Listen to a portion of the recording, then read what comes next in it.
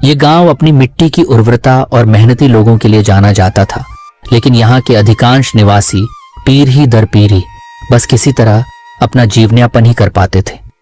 सुंदरवन के ही एक कोने में एक साधारण से मिट्टी के घर में मोहन नाम का एक युवा कुम्हार अपनी पत्नी शीला के साथ रहता था। मोहन के हाथ में जादू था।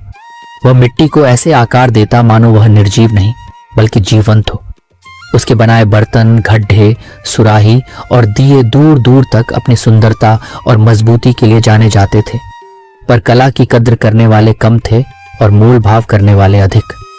शीला एक सुशील और समझदार स्त्री थी। वह का सारा काम करती, मोहन के कामों में हाथ बंटाती और कम आमदनी में भी गृहस्थी की गाढ़ी खींचने की पूरी कोशिश करती। दोनों पति पत्नी अथक परिश्रम करते, सुबह सूरज की पहली किरण से लेकर रात चांद की शीतल छाया तक। लेकिन भाग्य की देवी शायद उनसे रूठी हुई थी। गांव में और भी कुम्हार थे और बाजार छोटा था। कभी कभी तो ऐसा होता कि मोहन दिन भर मेहनत करके जो बर्तन बनाता वे हफ्तों तक बिकते ही नहीं।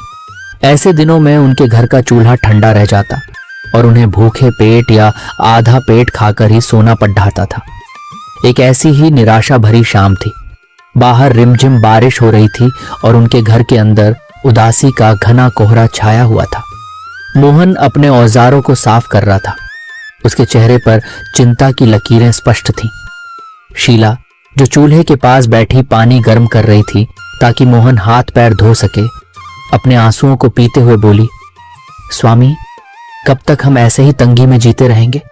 क्या हमारे जीवन में कभी सुख के दिन नहीं आएंगे? मैं आपके अथक परिश्रम को देखती हूँ, आपकी कला को देखती हूँ, पर जब 2 जून की रोटी के लिए भी सोचना पड़ डचता है तो मन बहुत व्यथित हो जाता है। उसकी आवाज में निराशा और पीड़ा का गहरा सागर लहरा रहा था। मोहन ने एक ठंडी सांस ली और अपने औजार नीचे रखे। वह शीला के पास आकर बैठ गया और उसका हाथ अपने हाथों में लेकर बोला, प्रिय शीला, तुम्हारी पीड़ा मैं समझता हूं। हर रात जब मैं तुम्हें और अपने भविष्य को देखता हूं तो मेरा हृदय भी रोता है, लेकिन हमें हिम्मत नहीं हारनी चाहिए। मैं सोच रहा था कि शायद हमें कुछ नया करना होगा, कोई अलग राह पकड़नी होगी। कैसी राह स्वामी? शीला ने उम्मीद भरी नजरों से पूछा। मैंने सुना है कि यहां से कुछ कोस दूर बड्ढी नदी के किनारे नवलगढ़ नाम का एक कस्बा है। वह व्यापार का बद्धा केंद्र है और वहां के लोग भी अधिक संपन्न हैं। हो सकता है वहां मेरे बर्तनों की अच्छी कीमत मिल जाए। मैं सोच रहा हूं कि कुछ समय के लिए नवलगढ़ जाकर अपनी किस्मत आजमाऊं। घर से दूर रहना पड़ेगा, पर शायद हमारे दुख के दिन समाप्त हो जाए। शीला का मन आशंकित हो उठा। पति का वियोग उसे सहन नहीं था, पर वह उनकी विवशता भी समझ रही थी। उसने कहा, स्वामी, आपका निर्णय मुझे स्वीकार है। बस अपना ध्यान रखिएगा और जल्द लौट आइएगा। मैं यहाँ आपकी प्रतीक्षा करूंगी और घर द्वार संभालूंगी। अगली सुबह भोर की पहली किरण के साथ मोहन ने एक छोटी सी पोटली में कुछ रोटियां, थोड़ा सा गुद्दा और अपने कुछ जरूरी औजार बांधे। शीला ने उसके माथे पर दही का टीका लगाया और आंखों में आंसू लिए उसे विदा किया। मोहन ने सुंदरवन की धूल भरी पगडंडियों को पीछे छोड़ दिया और एक अनिश्चित भविष्य की ओर कदम बढ़ा दिए। कई दिनों की पैदल यात्रा के बाद, जिसमें धूप, थकान और जंगली जानवरों का डर भी शामिल था, मोहन आखिरकार नवलगढ़ पहुंचा। यह कस्बा सुंदरवन से बिल्कुल अलग था। यहाँ चौधी सड़कें थीं, पक्के मकान थे और बाजार में चहल पहल थी। लोगों के पहनावे और बातों से उनकी संपन्नता झलक रही थी। मोहन का मन आशा से भर गया। उसने कस्बे के कुम्हारों वाली गली का पता पूछा और वहां जा पहुंचा, लेकिन वहां का दृश्य देखकर उसका दिल बैठ गया। वह गली कुम्हारों से पटी पड्डी थी। एक से बढ़कर एक कारीगर अपने सुंदर बर्तन सजाए बैठे थे। प्रतिस्पर्धा बहुत अधिक थी। मोहन ने मन ही मन सोचा, हे ईश्वर, यहाँ तो पहले से ही इतने कुशल कुम्हार हैं। इनके बीच मैं अपनी जगह कैसे बना पाऊंगा? क्या इतनी दूर आना व्यर्थ हो गया? लेकिन अब खाली हाथ घर भी नहीं लौट सकता। शीला को क्या मुंह दिखाऊंगा? उसने हिम्मत नहीं हारी। उसने कस्बे के बाहर एक पुराने पीपल के पेडिएज के नीचे अपनी छोटी सी दुकान लगाने का निश्चय किया। वह कुछ दिनों तक अपने साथ लाए औजारों से छोटे मोटे बर्तन बनाकर बेचने लगा, लेकिन आमदनी इतनी कम थी कि पेट भरना भी मुश्किल हो रहा था। वह अक्सर सुंदरवन और शीला को याद करके उदास हो जाता। एक दोपहर जब वह अपनी दुकान पर बैठा ग्राहकों का इंतजार कर रहा था और उसका मन निराशा से घिरा हुआ था, उसने कुछ महिलाओं को बातें करते सुना। वे अपने उलझे और झड़े हुए बालों की शिकायत कर रही थी। एक महिला कह रही थी, बहन, आजकल बाल इतने झड़ते हैं कि कंघी करते हुए डर लगता है। इन बेकार बालों का क्या करें, समझ नहीं आता। दूसरी ने कहा, हाँ, पहले तो इन बालों से कुछ छोटी मोटी चीजें बन जाती थी, पर अब तो इन्हें फेंकना ही पड़ जाता है। अचानक जैसे मोहन के निराश मन में किसी ने बिजली का कौंधा जला दिया हो। उसके दिमाग में एक अद्भुत विचार आया। वह तेजी से उठा और पास की एक दुकान से कोयले का एक टुकड़ा और एक पुराना तख्ता मांग लाया। उसने तख्ते पर मोटे मोटे अक्षरों में लिखा, यहाँ टूटे जड़े बालों के बदले मनपसंद मिट्टी के बर्तन मिलते हैं, और उस तख्ते को अपनी दुकान के बाहर टांग दिया। शुरू में तो लोग तख्ते को पीआरएच कर हंसते और उसका मजाक उड़ाते। भला बालों के बदले भी कोई बर्तन देता है? ये कुम्हार तो पागल हो गया है, कुछ कहते। लेकिन कुछ देर बाद एक जिज्ञासु महिला, जिसका नाम कमला था, हिम्मत करके मोहन की दुकान पर आई। उसने पूछा, भाई, क्या सच में तुम बालों के बदले बर्तन देते हो? मोहन ने विनम्रता से उत्तर दिया, जी हाँ बहन, आप अपने घर में कंघी करते समय या धोने के बाद जो बाल टूटकर बेकार हो जाते हैं, उन्हें इकट्ठा करके ले आइए और अपनी पसंद का बर्तन ले जाइए। कमला आश्चर्यचकित थी, पर उसके घर में रोजाना काफी बाल निकलते थे, जिन्हें वह कूड़े में फेंक देती थी। उसने सोचा, चलो कोशिश करने में क्या हर्ज है। वह घर गई और पिछले कुछ दिनों से जमा किए हुए बालों का एक छोटा सा गोला लेकर आई। मोहन ने बालों का गोला लिया, उसे ध्यान से देखा और फिर कमला से कहा, बहन, इन बालों के बदले आप ये छोटी सी सुराही ले सकती हैं। कमला की खुशी का ठिकाना न रहा। बिना एक पैसा खर्च किए उसे इतनी सुंदर सुराही मिल गई थी।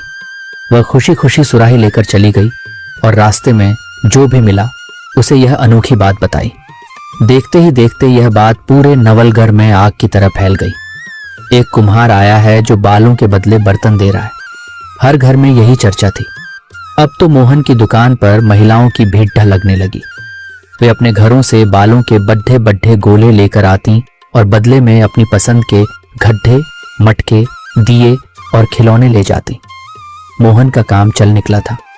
उसके पास बर्तनों का ढेर कम होने लगा और बालों का ढेर बढ़ने लगा।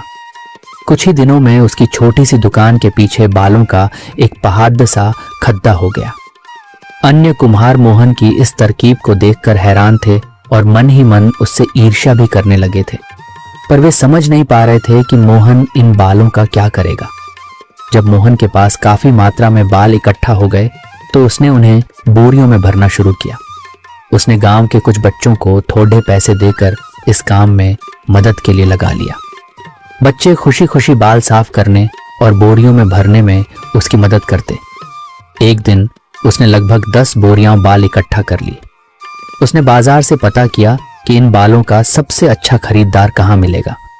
उसे मालूम हुआ कि पास के बड़े शहर, जिसका नाम रत्नपुरी था, में एक बद्धा व्यापारी है, सेठ गिरधारी लाल, जो इन बालों को खरीदकर उनसे नकली बाल, विग और अन्य सजावटी सामान बनवाता था।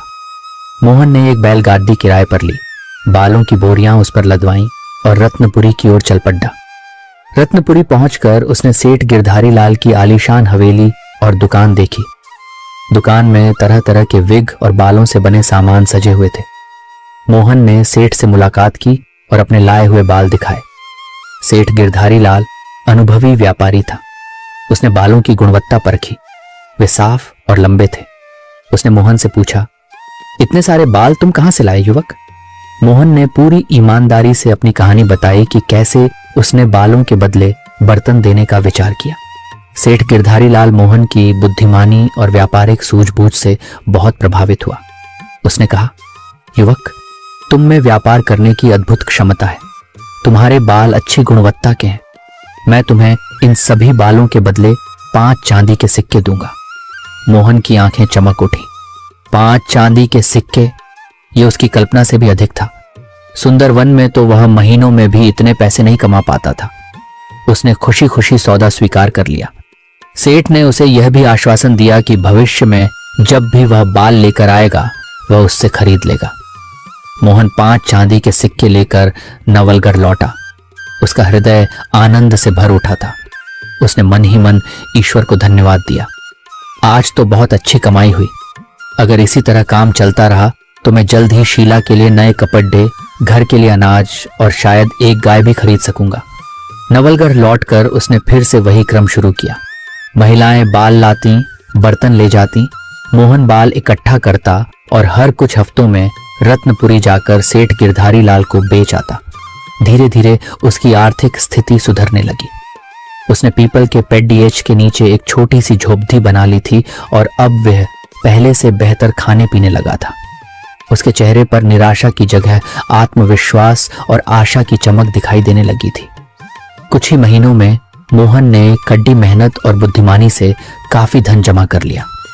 उसके पास अब 20 सोने के सिक्के जमा हो गए थे। ये एक बद्धी रकम थी।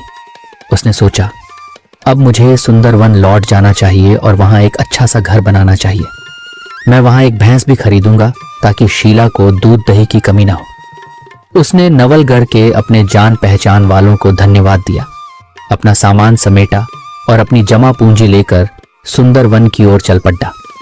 रास्ते में उसने एक पशुओं के मेले से 15 सोने के सिक्कों में एक बहुत ही अच्छी दूध देने वाली भैंस खरीदी।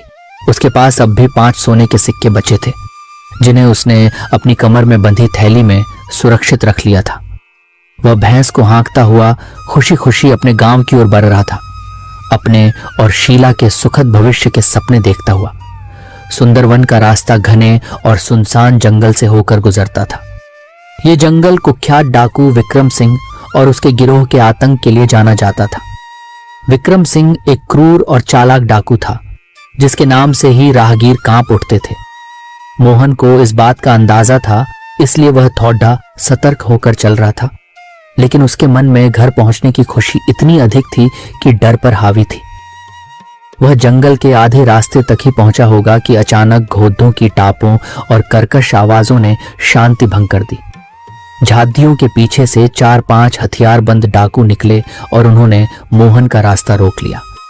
सरदार विक्रम सिंह, जो डील डॉल में किसी दैत्य से कम नहीं था, अपनी क्रूर आंखों से मोहन को घूर रहा था। मोहन का दिल जोर जोर से धड़कने लगा। भैंस भी डरकर रंभाने लगी। हे भगवान, ये तो डाकू हैं।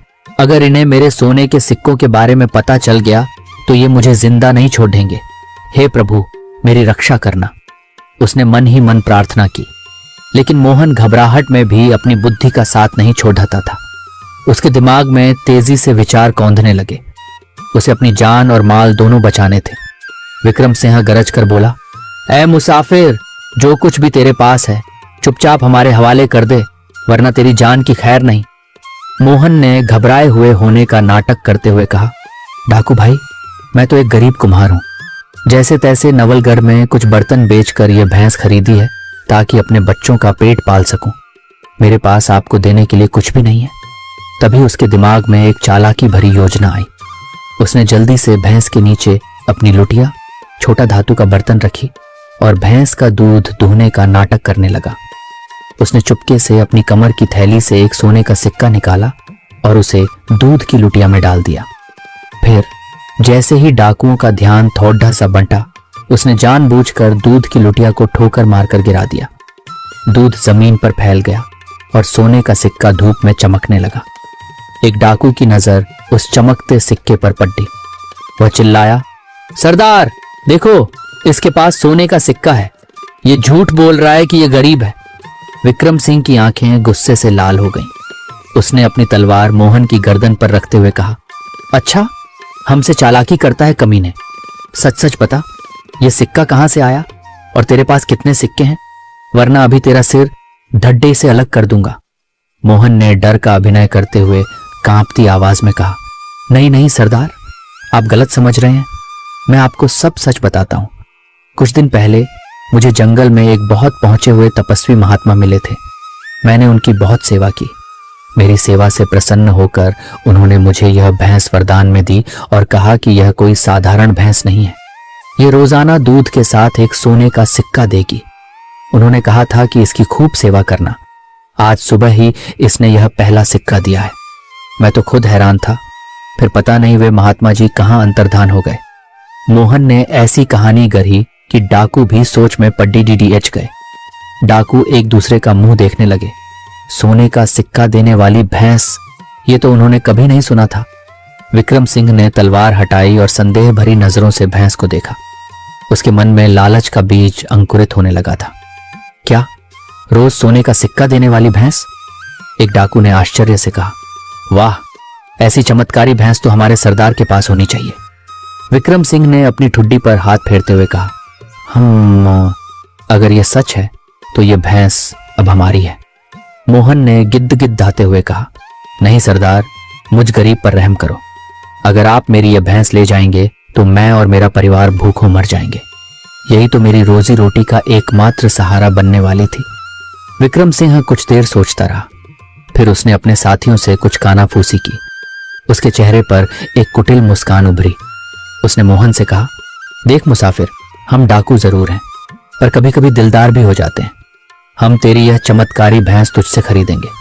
बोल, कितने में बेचेगा? मोहन समझ गया कि उसकी चाल काम कर गई है।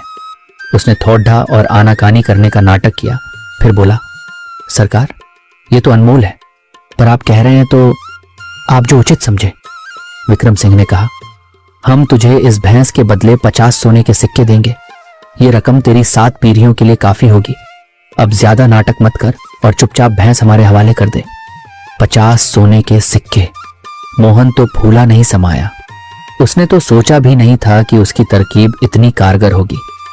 उसने अपनी कमर से बाकी के 4 सिक्के निकालकर डाकुओं को दिखाते हुए कहा, मेरे पास तो बस ये 4 ही सिक्के थे जिन्हें मैं बचा कर लाया था।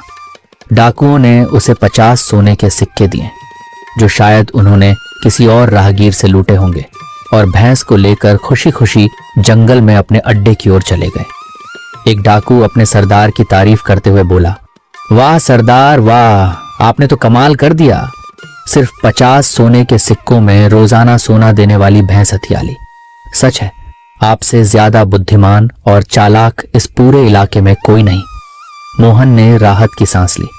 उसके पास अब भैंस के बदले 4 असली और 50 डाकुओं द्वारा दिए गए सोने के सिक्के, कुल 54 सोने के सिक्के थे। उसने जल्दी से सिक्के अपनी थैली में रखे और तेजी से सुंदरवन की ओर कदम बढ़ा दिए, मन ही मन अपनी किस्मत और बुद्धि को सराहता हुआ। डाकू विक्रम सिंह और उसके साथी भैंस को लेकर अपनी गुफा में पहुंचे। वे सभी बहुत उत्साहित थे। आज रात से उन्हें रोज एक सोने का सिक्का मिलने वाला था।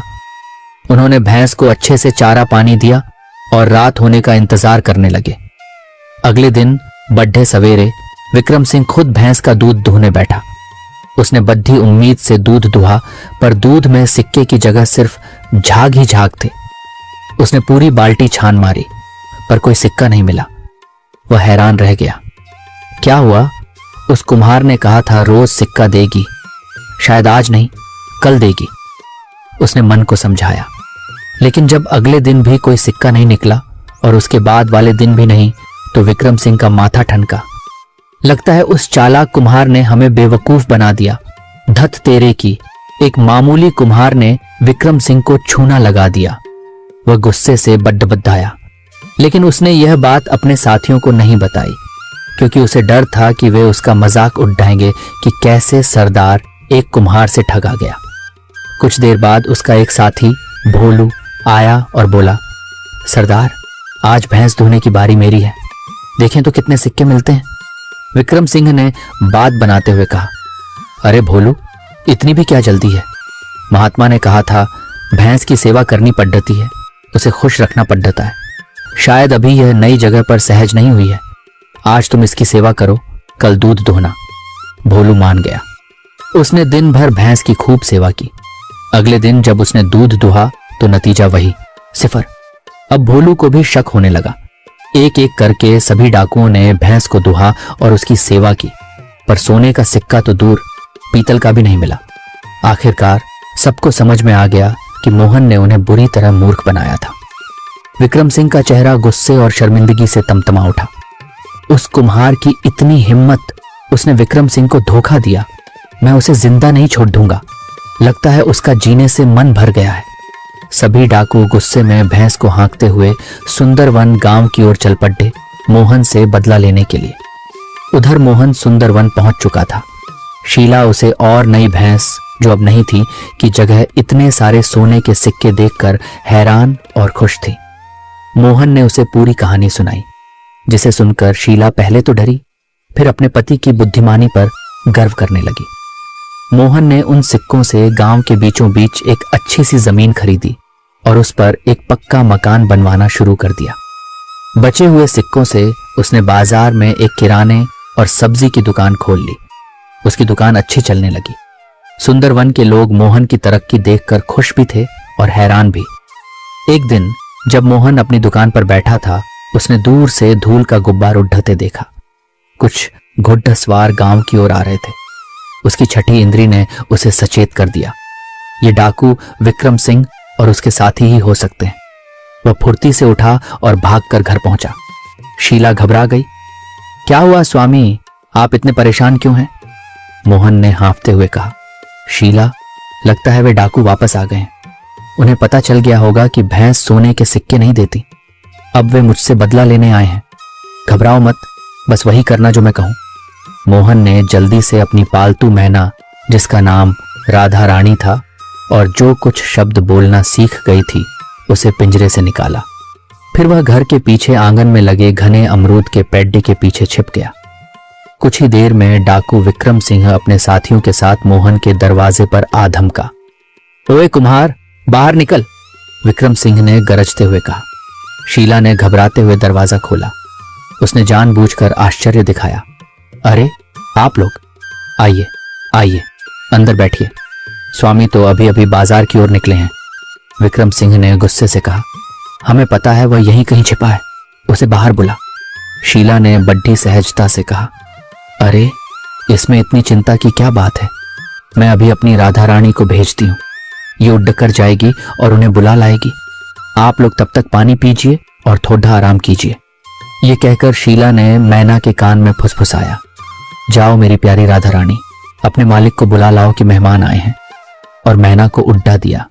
मैना, आओ जी, आओ जी, कहती हुई पेड्ड की ओर उड्डा गई, जहां मोहन छिपा था, और थोड़ी देर में वापस आकर शीला के कंधे पर बैठ गई, जैसे संदेश दे आई हो। डाकू यह देखकर हैरान रह गए। भोलू ने अविश्वास से पूछा, क्या यह चिद्दिया सच में बोलकर संदेश दे सकती है और तेरे पति को बुला लाएगी? शीला ने मुस्कुराते हुए कहा। हाँ, ये बहुत समझदार और जादुई चिद्दिया है। महात्मा जी ने भैंस के साथ यह चिद्दिया भी दी थी। जब भी मेरे पति बाहर जाते हैं और मुझे उनसे कुछ कहना होता है, तो मैं इसी चिद्दिया को भेज देती हूँ। ये तुरंत जाकर उन्हें सब कुछ बता देती है और वे आ जाते हैं। तभी मोहन पेड के पीछे से निकलता हुआ आया, जैसे उसे अभी अभी संदेश मिला हो। अरे डाकू भाई, आप कहिए कैसे आना हुआ? और मेरी भैंस कैसी है? रोज सोने का सिक्का दे रही है ना? उसने मासूमियत से पूछा। विक्रम सिंह ने गुस्से से कहा। बकवास बंद कर, तेरी भैंस ने एक भी सिक्का नहीं दिया। तूने हमें धोखा दिया है। मोहन ने हैरानी जताते हुए कहा। धोखा? मैंने धोखा दिया? अरे भाई, मैंने तो वही कहा था जो उन महात्मा ने मुझे बताया था। उन्होंने यह भी कहा था कि भैंस की खूब सेवा और प्यार करना, उसे समय पर नहलाना धुलाना, अच्छा चारा देना, तभी वह प्रसन्न होकर सोने का सिक्का देगी। क्या आप लोगों ने उसकी ठीक से सेवा की, या बस सोने के सिक्के के लालच में दूध निकालते रहे? डाकू एक दूसरे का मुंह ताकने लगे। उन्होंने तो भैंस की कोई खास सेवा नहीं की थी। विक्रम सिंह को लगा शायद मोहन सही कह रहा हो, पर अब भैंस को वापस ले जाकर सेवा करने का उसका मन नहीं था। उसका ध्यान तो उस जादुई मैना पर अटक गया था। उसने कहा, ठीक है, ये मनहूस भैंस तो तू ही रख और तू ही इसकी सेवा कर। हमें तेरी यह बोलने वाली चिद्दिया चाहिए। मोहन ने दुखी होने का नाटक करते हुए कहा। नहीं सरदार, ये चिद्दिया तो हमारे परिवार का हिस्सा है। ये मेरी बेटी जैसी है, इसे मैं नहीं दे सकता। विक्रम सिंह ने अपनी तलवार निकाली।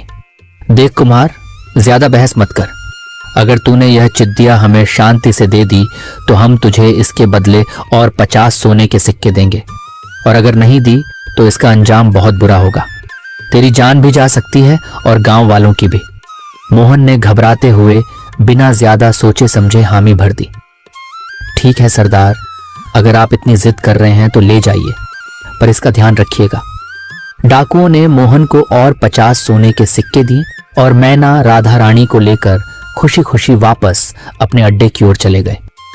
वे सोच रहे थे कि अब उनके पास एक ऐसी चिद्दिया है जो उनके लिए जासूसी कर सकती है, संदेश पहुंचा सकती है और शायद कोई और जादू भी कर सकती है। एक डाकू बोला, सरदार, आप सच में महान हैं। भैंस नहीं तो क्या, ये बोलने वाली चिद्दिया तो उससे भी ज्यादा काम की चीज है। डाकुओं के अड्डे पर पहुंचकर विक्रम सिंह ने राधा रानी मैना को एक सुंदर पिंजरे में रखा।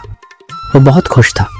उसने अपने सबसे छोटे बेटे दीपू, जो लगभग 10 साल का था और कभी कभी उनके साथ अड्डे पर आ जाता था, से कहा, बेटा दीपू, देख, ये जादुई चिद्दिया है।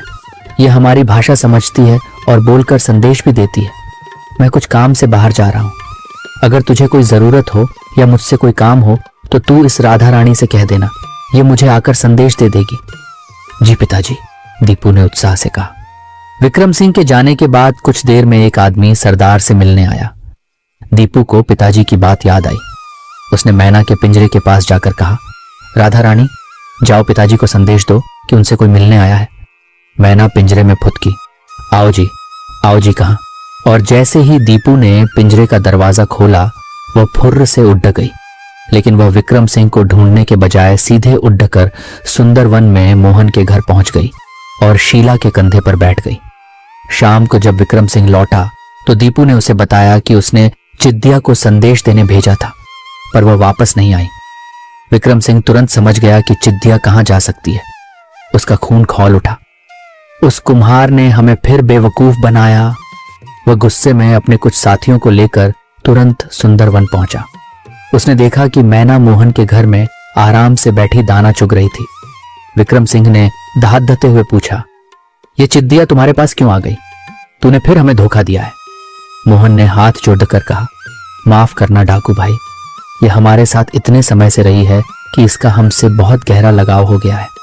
हमने इसे अपने परिवार के सदस्य की तरह पाला है। यह आपको भी अपना मालिक मान लेगी, लेकिन इसमें थोड़ा समय लगेगा। शायद यह रास्ता भटक गई होगी। इस बार यह मेरे पास आ गई, अगली बार नहीं आएगी। आप इसे ले जाइए। विक्रम सिंह को मोहन की बातों पर यकीन तो नहीं हुआ, पर उसके पास कोई सबूत भी नहीं था। वह चिद्दिया को वापस लेकर चला गया। लेकिन अब जब भी मैना को मौका मिलता, वो उड़कर बार बार मोहन के पास आ जाती। डाकुओं ने उसे डराया, धमकाया, लालच दिया, पर मैना उनकी कोई बात नहीं सुनती।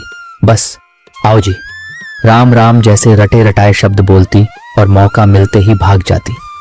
आखिरकार विक्रम सिंह और उसके साथियों को यह समझते देर न लगी कि मोहन ने उन्हें दूसरी बार भी बुरी तरह उल्लू बनाया है। वह चिद्दिया जादुई नहीं थी, बस कुछ शब्द बोलना जानती थी और मोहन के घर से परिचित थी। विक्रम सिंह का गुस्सा 7वें आसमान पर पहुंच गया। इस धूर्त कुम्हार को तो मैं ऐसा सबक सिखाऊंगा कि वह जिंदगी भर याद रखेगा कि विक्रम सिंह से पंगा लेने का क्या अंजाम होता है। इस बार उसे कोई मौका नहीं मिलेगा। क्रोध से भरे डाकू एक बार फिर सुंदरवन पहुंचे। इस बार वे किसी भी तरह की चालाकी या बहाने सुनने को तैयार नहीं थे। मोहन ने उन्हें दूर से आते देखा तो उसका दिल दहल गया। वह जानता था कि इस बार बचना मुश्किल है। डाकुओं ने आते ही मोहन को पकड़ डीएच लिया। मोहन ने कुछ कहने की कोशिश की। डाकू भाई, मेरी बात तो सुनिए। चुप कर बेईमान, विक्रम सिंह गरजा।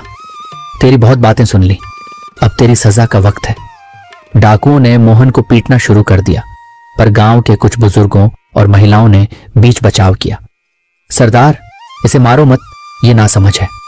विक्रम सिंह ने कहा, ठीक है, मारेंगे नहीं, पर इसे ऐसी सजा देंगे कि यह कभी किसी को धोखा देने की हिम्मत न करे। उन्होंने मोहन को एक बड्ढी बोरी में बंद किया और बोरी का मुंह कसकर रस्सी से बांध दिया। वे उसे उठाकर अपने साथ जंगल की ओर ले चले। शीला रोती बिलखती रह गई। जंगल में एक सुनसान जगह पर पहुंचकर, जहां एक गहरा बदबूदार दलदल था, डाकुओं ने बोरी को जमीन पर पटक दिया। विक्रम सिंह ने कहा, अभी इसे यहीं छोड़ देते हैं, रात को आकर इस दलदल में फेंक देंगे, तब तक ये अपनी मौत का इंतजार करे। वे पास ही एक पेड़ के नीचे बैठकर शराब पीने और जश्न मनाने लगे कि आखिरकार उन्होंने कुम्हार को पकड़ दी ही लिया। मोहन बोरी के अंदर पड्ढा छटपटा रहा था। उसे सांस लेने में भी कठिनाई हो रही थी। उसने बचने की बहुत कोशिश की, पर बोरी बहुत मजबूती से बंधी थी। उसे लगा कि आज उसका अंत निश्चित है। तभी उसे कुछ दूर से जानवरों के गले में बंधी घंटियों की ओर किसी के गाने की आवाज सुनाई दी। यह आवाज नजदीक आती जा रही थी। मोहन को एक क्षीण आशा की किरण दिखाई दी। वह अपनी पूरी ताकत से बोरी के अंदर से चिल्लाने लगा, बचाओ, कोई है, मुझे बचाओ। सौभाग्य से वहां से सुंदरवन का ही एक चरवाहा, जिसका नाम दीनू था, अपनी गाय भैंसों को चराकर घर लौट रहा था। दीनू ने मोहन की दबी दबी चीखें सुनी। वह आवाज की दिशा में गया और देखा कि एक बड्ढी सी बोरी हिल रही है और अंदर से कोई चिल्ला रहा है। पास ही कुछ डाकू शराब पी रहे थे। दीनू थोड़ा डरा, लेकिन वह साहसी भी था। उसने चुपके से बोरी के पास जाकर पूछा, कौन हो तुम बोरी में और यहां कैसे फंसे? मोहन ने पहचान लिया कि यह दीनू की आवाज है। उसने कहा, दीनू भाई, मैं मोहन हूं। इन डाकुओं ने मुझे पकड़ लिया है, मेरी मदद करो। दीनू ने कहा, मोहन तुम चिंता मत करो, मैं कुछ करता हूं। उसने देखा कि डाकू नशे में धुत होने लगे हैं। उसने हिम्मत करके तेजी से बोरी की रस्सियां खोली और मोहन को बाहर निकाला। मोहन ने दीनू को धन्यवाद दिया। दीनू ने कहा, मोहन तुम जल्दी से यहां से भाग जाओ, मैं इन डाकुओं को देखता हूं। मोहन ने कहा, नहीं दीनू, तुम भी मेरे साथ चलो, ये बहुत खतरनाक है। तभी मोहन को एक और तरकीब सूझी। उसने दीनू से कहा, दीनू भाई, जल्दी से इस बोरी में बड्ढे बड्ढे पत्थर भर दो, ताकि इसका वजन मेरे जितना ही लगे। दीनू ने वैसा ही किया। उन्होंने बोरी में पत्थर भरे और उसका मुंह वैसे ही बांध दिया जैसे पहले बंधा था। फिर मोहन और दीनू चुपके से घनी झादियों में छिप गए। कुछ देर बाद जब डाकू नशे में पूरी तरह टुन्न हो चुके थे, विक्रम सिंह उठा और बोला, चलो साथियों, अब इस कुम्हार का किस्सा खत्म करते हैं। उन्होंने बोरी को उठाया, जो अब पत्थरों से भारी थी, और जोर लगाकर उसे पास के गहरे दलदल में फेंक दिया। बोरी छपाक की आवाज के साथ दलदल में समा गई। डाकू जोर जोर से हंसने लगे। हाँ हाँ हाँ, गया कुम्हार कीड़े मकोड़ों का खाना बनने, आज तक इस दलदल से कोई बाहर नहीं निकला। वे अपनी जीत का जश्न मनाते हुए अपनी गुफा की ओर चल दिए। उनके जाने के बाद मोहन और दीनू झादियों से बाहर निकले। मोहन ने दीनू का हाथ पकड़ धकर कहा, दीनू भाई, तुमने आज मेरी जान बचाई। मैं तुम्हारा यह उपकार जिंदगी भर नहीं भूलूंगा। तुम जल्दी से गांव जाकर सरपंच जी और कुछ बलवान लोगों को बुला लाओ। मैं इन डाकुओं का पीछा करता हूं और देखता हूं कि इनका अड्डा कहां है। दीनू गांव की ओर भागा और मोहन सावधानी से डाकुओं के पीछे पीछे चलने लगा। डाकू अपनी गुफा की ओर जा रहे थे और रास्ते भर मोहन को मूर्ख बनाने और उसे दलदल में फेंकने की अपनी बहादुरी पर हंस रहे थे। वे अभी अपनी गुफा से कुछ ही दूर थे कि उन्हें रास्ते में एक जाना पहचाना चेहरा दिखाई दिया। यह मोहन था। वह एक पेड़ के नीचे खद्दा उन्हें देखकर मुस्कुरा रहा था। डाकुओं के तो होश उड़ गए। उनकी आंखों पर यकीन नहीं हुआ। विक्रम सिंह चिल्लाया, अरे ये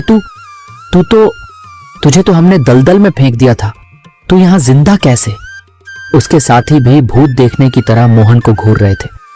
मोहन ने बद्धी गंभीरता और रहस्यमय ढंग से कहा, अरे डाकू भाई, आप लोगों का लाख लाख शुक्र है। आपकी वजह से तो मेरा जीवन ही बदल गया। जब आपने मुझे बोरी में बंद करके दलदल में फेंका तो मैं नीचे धंसता चला गया। मुझे लगा मैं मर जाऊंगा, पर तभी दलदल के ठीक नीचे मुझे एक गुप्त गुफा का द्वार मिला। वह गुफा किसी तपस्वी महात्मा की थी, जो वहां हजारों वर्षों से तपस्या कर रहे थे।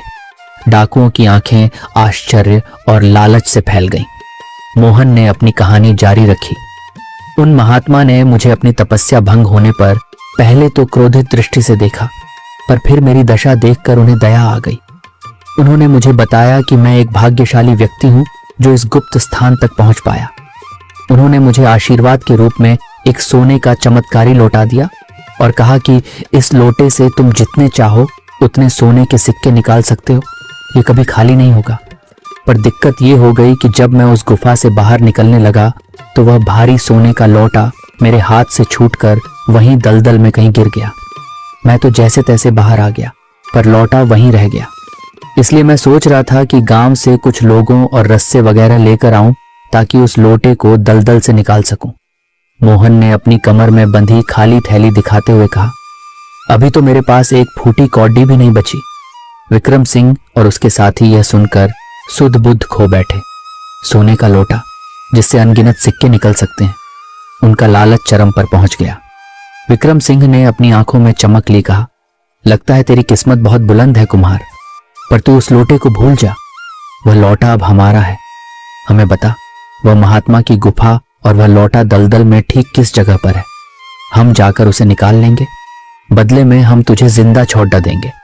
मोहन ने चालाकी से कहा, ठीक है सरदार, अगर आप कहते हैं तो चलिए मेरे साथ, मैं आपको वह जगह दिखाता हूं। वह दलदल के बिल्कुल बीचों बीच है जहां सबसे ज्यादा कीचड़ डीएच और गहराई है। वहीं पर मैंने उन महात्मा से मुलाकात की थी और वहीं वे सोने का लौटा भी गिरा था। लालच में अंधे डाकू विक्रम सिंह के नेतृत्व में मोहन के पीछे पीछे वापस उसी दलदल की ओर चल पड़े। मोहन उन्हें दलदल के सबसे घने और खतरनाक हिस्से की ओर ले गया। बस सरदार, यही वह जगह है। मोहन ने एक विशेष स्थान की ओर इशारा करते हुए कहा, इसी के नीचे है वह चमत्कारी लौटा। विक्रम सिंह ने अपने साथियों को आदेश दिया, कूदो और जल्दी से उस लोटे को ढूंढो। एक एक करके सारे डाकू सोने के लोटे के लालच में बिना सोचे समझे उस गहरे दलदल में कूद पड़े, लेकिन वहां कोई गुफा या लोटा नहीं था। वे कीचड़ में फंसने लगे। वे जितना बाहर निकलने की कोशिश करते उतना ही और अंदर धंसते चले जाते। उनकी चीख पुकार मच गई, बचाओ सरदार, हम फंस गए। मोहन किनारे पर खद्दा मुस्कुरा रहा था। उसी समय दीनू गांव के सरपंच, मुखिया जगत राम और कई बलवान गांव वालों के साथ हाथों में लाठी डंडे और मशालें लिए वहां पहुंच गया। उनके साथ राज्य के कुछ सिपाही भी थे जो संयोगवश गांव में किसी और जांच के लिए आए हुए थे, और दीनू ने उन्हें भी डाकुओं के बारे में बता दिया था। सिपाहियों के सेनापति वीरभद्र सिंह ने दलदल में फंसे डाकुओं को देखा। वे बुरी तरह कीचड़ में लथपथ थे और बचने के लिए हाथ पैर मार रहे थे। सिपाहियों ने बद्धी आसानी से रस्सों की मदद से उन्हें एक एक करके बाहर निकाला और तुरंत कैद कर लिया। विक्रम सिंह का सारा घमंड और अकद्दह दलदल के कीचड़ में मिल चुकी थी। सेनापति वीरभद्र सिंह मोहन के पास आए और उसकी पीठ थपथपाते हुए जोर से कहा, वाह युवक मोहन, वाह, तुम्हारी बुद्धिमानी और चालाकी ने आज कमाल कर दिया।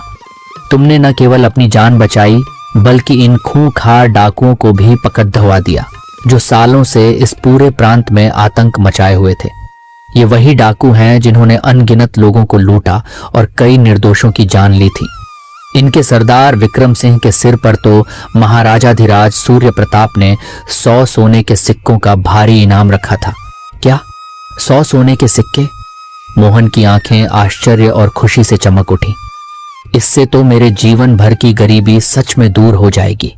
सेनापति वीरभद्र सिंह ने तुरंत अपने एक सिपाही को आदेश दिया और 100 सोने के सिक्कों की एक थैली मंगवाकर मोहन को सौंपते हुए गर्व से कहा, मोहन, तुम्हारी बहादुरी, बुद्धिमत्ता और राज्य के प्रति इस सेवा के लिए यह तुम्हारा इनाम है।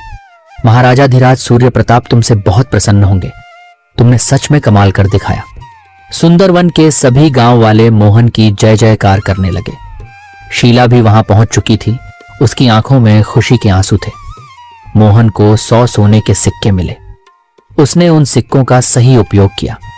उसने सुंदरवन में एक बद्धा सा घर बनवाया, अपनी किराने की दुकान को और बढ़ाया और गांव में एक पाठशाला और एक कुआं भी खुदवाया। उसने दीनू चरवाहे को भी इनाम दिया और उसे अपनी दुकान में काम पर रख लिया।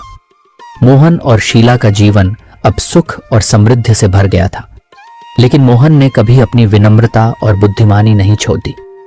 वह हमेशा दूसरों की मदद के लिए तैयार रहता और गांव के विकास कार्यों में सक्रिय रहता। सुंदरवन के लोग उसे न केवल एक अमीर आदमी बल्कि एक बुद्धिमान और परोपकारी नेता के रूप में भी सम्मान देते थे।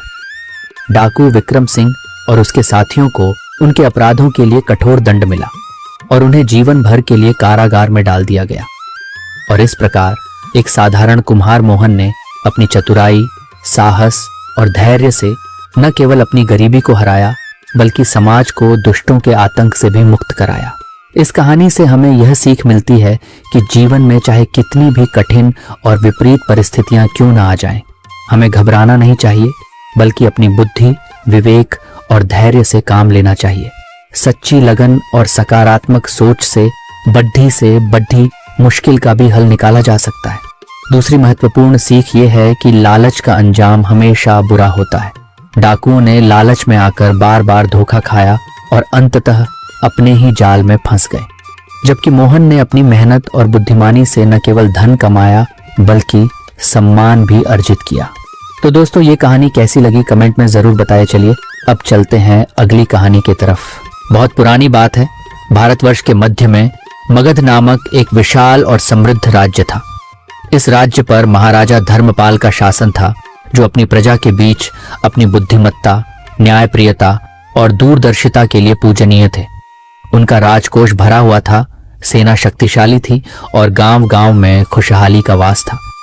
महाराजा धर्मपाल केवल एक शासक ही नहीं थे, बल्कि एक दार्शनिक और मानव स्वभाव के गहरे पारखी भी थे। वह अक्सर अपने मंत्रियों और सेनापतियों की निष्ठा, बुद्धिमत्ता और चरित्र की परीक्षा लेते रहते थे, क्योंकि उनका मानना था कि एक राज्य की नींव उसके लोगों के चरित्र पर टिकी होती है। एक शरद ऋतु की सुनहरी सुबह, जब सूर्य की किरणें दरबार के संगमरमरी फर्श पर नृत्य कर रही थीं, महाराजा धर्मपाल ने अपने तीनों प्रमुख सेनापतियों को अपने समक्ष बुलाया। ये थे सेनापति रणधीर, जो अपनी अद्वितीय बहादुरी, कर्तव्यनिष्ठा और बेदाग चरित्र के लिए प्रसिद्ध थे। रणधीर को कभी किसी ने अपने कर्तव्य से विचलित होते नहीं देखा था। उनकी निष्ठा ऐसी थी कि उनके बारे में कहा जाता था कि वे अपने राजा के लिए अपनी जान भी न्यौछावर कर देंगे। उनके चेहरे पर हमेशा एक शांत और आत्मविश्वास भरा भाव रहता था, जो उनकी आंतरिक शक्ति को दर्शाता था। सेनापति प्रताप, जो औसत दर्जे के सैनिक थे, वह कभी कभी आलस्य दिखाते थे, लेकिन कभी सीधे तौर पर कोई गलती नहीं करते थे। उनकी सोच हमेशा सुविधा और कम मेहनत वाले मार्ग की ओर झुकती थी। प्रताप अपनी बुद्धि का उपयोग अक्सर काम से बचने के लिए करते थे, न कि उसे बेहतर करने के लिए। सेनापति चतुरसेन, जो अपनी कुटिल बुद्धि, चालाकी और कम से कम प्रयास में अधिक से अधिक लाभ उठाने की प्रवृत्ति के लिए कुख्यात थे। चतुरसेन को अक्सर लगता था कि दूसरों को मूर्ख बनाना ही बुद्धिमत्ता की निशानी है। वह अपने फायदे के लिए किसी भी हद तक जा सकते थे और अक्सर आसान रास्ता चुनते थे, भले ही वह अनैतिक ही क्यों न हो। तीनों सेनापति अपनी अपनी भव्य सैन्य वेशभूषा में महाराजा के सामने विनम्रता से खड़े थे। महाराजा धर्मपाल ने उन्हें एक एक खाली मध्यम आकार का झोला देते हुए कहा, मेरे पराक्रमी सेनापतियों, मैंने आप सभी के लिए एक विशेष कार्य निर्धारित किया है, जो आपकी निष्ठा और समर्पण की परीक्षा लेगा। आपको इन झोलों को लेकर राज्य के सबसे प्रसिद्ध जंगल शांतिवन में जाना होगा। ये वन अपनी प्राकृतिक सुंदरता और औषधीय पौधों के साथ साथ रसीले फलों के लिए भी जाना जाता है। महाराजा ने अपनी बात जारी रखी, आपका कार्य यह है कि आप इन झोलों को, जो मैंने आपको दिए हैं, पूरी तरह से ताजे, पके हुए और उत्तम गुणवत्ता वाले फलों से भर दें। एक भी खाली जगह नहीं रहनी चाहिए। आप 3 दिन के भीतर यह कार्य पूरा कर दरबार में वापस आए। याद रखें, यह कोई साधारण कार्य नहीं है, बल्कि आपके चरित्र और मेरे प्रति आपकी निष्ठा का प्रतीक है। महाराजा के आदेश में एक अजीब सी गंभीरता थी, जिसे तीनों सेनापतियों ने महसूस किया।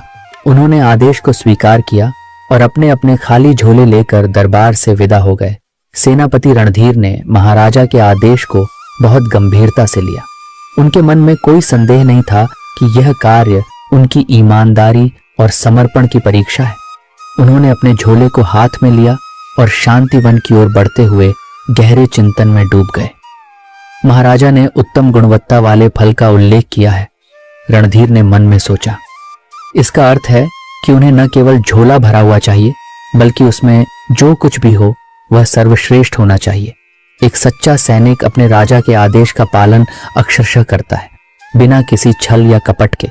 रणधीर ने अपने मन में संकल्प लिया कि वह एक भी ऐसा फल अपने झोले में नहीं डालेंगे जो पूरी तरह से पका हुआ न हो, जिसमें कोई दाग हो या जिसमें किसी कीड़े का निशान हो। उन्होंने यह भी सोचा कि जल्दबाजी में किया गया काम कभी उत्तम नहीं हो सकता, इसलिए वह अपना समय लेंगे और सर्वश्रेष्ठ की तलाश करेंगे। शांत वन के प्रवेश द्वार पर पहुंचकर जहां आमतौर पर लोग आसानी से मिल जाते थे, रणधीर ने देखा कि अधिकांश लोग बाहरी किनारों पर ही फल इकट्ठा कर रहे थे। लेकिन रणधीर जानते थे कि सच्चे रत्न गहरे छिपे होते हैं। उन्होंने अपनी दृढ़ता और सहनशीलता का प्रदर्शन करते हुए वन के सबसे घने और अप्रयुक्त हिस्सों में प्रवेश किया। जैसे जैसे वह वन में गहराई तक जाते गए, पेड़ों की हरियाली और घनी होती गई और पक्षियों का कलरव अधिक मधुर सुनाई देने लगा। रणधीर ने वहां ऐसे ऐसे पेड़ देखे जिन पर अद्भुत रसीले और बड़े बड़े फल लटके हुए थे। उन्होंने एक एक फल को सावधानी से चुना। यह कोई आसान काम नहीं था। कुछ पेड़ बहुत ऊंचे थे और उन्हें चढ़ने के लिए अपनी पूरी शारीरिक शक्ति और कौशल का उपयोग करना पड़ा। कुछ फल ऊंची डालियों पर थे जिन्हें तोड़ने के लिए उन्हें कई बार कूदना पड़ा या डंडों का सहारा लेना पड़ा। गर्मी बहुत थी और हवा में नमी थी। रणधीर के माथे से पसीना बह रहा था। उनकी मांसपेशियां थकने लगी थीं, लेकिन उन्होंने हार नहीं मानी। उन्होंने हर फल को तोड़ने से पहले उसकी बारीकी से जांच की। एक भी पत्ती का दाग, एक भी छोटा कीड़ा, एक भी खरोंच उन्हें स्वीकार्य नहीं थी। उन्होंने मीठे सुनहरे आम, लाल लाल सेब, रसीले अमरूद, पके हुए केले और बैंगनी जामुन जैसे सर्वोत्तम फलों को चुना। पहले दिन के अंत तक रणधीर ने अपने झोले का लगभग 1/3 हिस्सा भर लिया था। वह एक झरने के किनारे रुके, अपनी प्यास बुझाई और थोड़ी देर विश्राम किया। अगले 2 दिनों तक उन्होंने इसी लगन और निष्ठा के साथ अपना काम जारी रखा। उनकी एकाग्रता अटूट थी और उनका लक्ष्य स्पष्ट था, महाराजा के लिए सर्वोत्तम फल एकत्र करना। तीसरे दिन की शाम तक रणधीर का झोला पूरी तरह से भर चुका था। झोले से ताजे फलों की एक मनमोहक प्राकृतिक सुगंध आ रही थी जो पूरे वन में फैल रही थी। झोला भारी था और रणधीर के कंधे थक चुके थे, लेकिन उनके चेहरे पर एक गहरा संतोष था। उन्होंने अपना कर्तव्य पूरी ईमानदारी और समर्पण के साथ निभाया था। उन्होंने एक भी ऐसा फल नहीं चुना था जिसके बारे में उन्हें थोड़ा भी संदेह हो। वह जानते थे कि महाराजा धर्मपाल की आंखों में देखने के लिए उनके पास गर्व का एक अटूट स्रोत था। सेनापति प्रताप ने महाराजा के आदेश को सुना और उनके चेहरे पर एक हल्की सी मुस्कान आ गई। उन्होंने सोचा, महाराजा धर्मपाल बहुत व्यस्त व्यक्ति हैं। उनके पास राज्य के इतने महत्वपूर्ण मामलों को देखने का समय होता है। भला उनके पास इतनी फुर्सत कहाँ होगी कि वह हमारे झोलों में एक एक फल की जांच करें। वे शायद बस यह देखेंगे कि झोला भरा है या नहीं। प्रताप की सोच हमेशा सुविधा और कम मेहनत वाले मार्ग की ओर झुकती थी। उन्हें लगा कि इतनी कड़ी मेहनत करने की क्या जरूरत है, जब अंततः महाराजा को इसकी परवाह ही नहीं होगी। उन्होंने अपने मन में यह तर्क गढ़ लिया कि उत्तम गुणवत्ता केवल एक औपचारिकता है और महाराजा को केवल भरा हुआ झोला चाहिए। वह शांति वन में प्रवेश करने के बाद उसके बाहरी किनारों पर ही रुक गए। ये वह हिस्सा था जहां फल आसानी से उपलब्ध थे, लेकिन उनकी गुणवत्ता अक्सर संदिग्ध होती थी। प्रताप ने पास के पेड़ों पर उगे फलों को देखा। कुछ पके हुए थे, कुछ आधे पके और कुछ पर छोटे छोटे दाग भी थे। प्रताप ने यह सब अनदेखा करते हुए जो भी फल हाथ लगा उसे झोले में डालना शुरू कर दिया। यह काफी अच्छा है, उन्होंने खुद से कहा, बस झोला भरा हुआ दिखना चाहिए। उन्होंने पेड़ों से फलों को जल्दी जल्दी तोड़ा, बिना उनकी गुणवत्ता की परवाह किए। कुछ फल जमीन पर गिरे हुए थे, उन्हें भी उठा लिया गया, भले ही वे मिट्टी से सने हों या हल्के सड़े हुए हों। उन्होंने कभी कभी एक अच्छा फल लिया, लेकिन अक्सर उसके साथ एक आधा पका हुआ या एक सड़ा हुआ फल भी डाल दिया। उनका हाथ बिना किसी हिचकिचाहट के जो भी मिल रहा था उसे झोले में भरता जा रहा था। पहला दिन प्रताप ने अपनी शुरुआती ऊर्जा से कुछ अच्छे फल जमा किए, लेकिन जैसे जैसे समय बीतता गया उनका उत्साह कम होता गया। दूसरे दिन वह और भी लापरवाह हो गए। उन्होंने सोचा, कौन इतनी मेहनत करेगा, महाराजा को क्या पता चलेगा। उन्होंने झोले में तेजी से फल डालना जारी रखा, चाहे वे कैसे भी हों। उन्होंने अपनी आंखों को मीठे पके हुए फलों से भरी डालियों पर ध्यान केंद्रित करने के बजाय उस गति पर केंद्रित किया जिससे झोला भर रहा था। तीसरे दिन तक प्रताप का झोला पूरी तरह से भर गया था। यह भरा हुआ तो दिख रहा था, लेकिन अंदर अच्छे और सड़े हुए फलों का एक बेतरतीब मिश्रण था। झोले से कभी मीठी तो कभी हल्की सी दुर्गंध आ रही थी, जो सड़े हुए फलों की मौजूदगी का संकेत दे रही थी। प्रताप को अपने काम पर कोई गर्व नहीं था, लेकिन उन्हें इस बात का संतोष था कि उन्होंने अपना काम पूरा कर लिया था और उन्होंने खुद को अनावश्यक मेहनत से बचा लिया था। उन्हें यकीन था कि महाराजा उनके झोले की जांच नहीं करेंगे और इस प्रकार उनकी चालाकी किसी का ध्यान आकर्षित नहीं करेगी। सेनापति चतुरसेन ने महाराजा के आदेश को सुना और उनके चेहरे पर एक कुटिल मुस्कान फैल गई।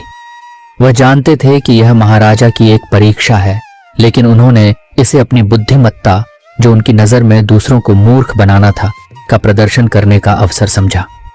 उन्होंने अपने मन में सोचा, महाराजा ने कहा है कि झोला पूरी तरह से भरा होना चाहिए।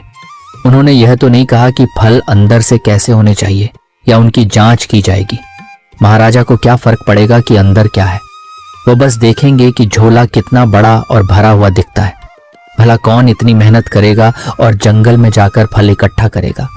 चतुरसेन अपनी आलसी प्रवृत्ति और चालाकी के लिए प्रसिद्ध थे। उन्हें शारीरिक श्रम से घृणा थी और वे हमेशा सबसे आसान रास्ता तलाशते थे।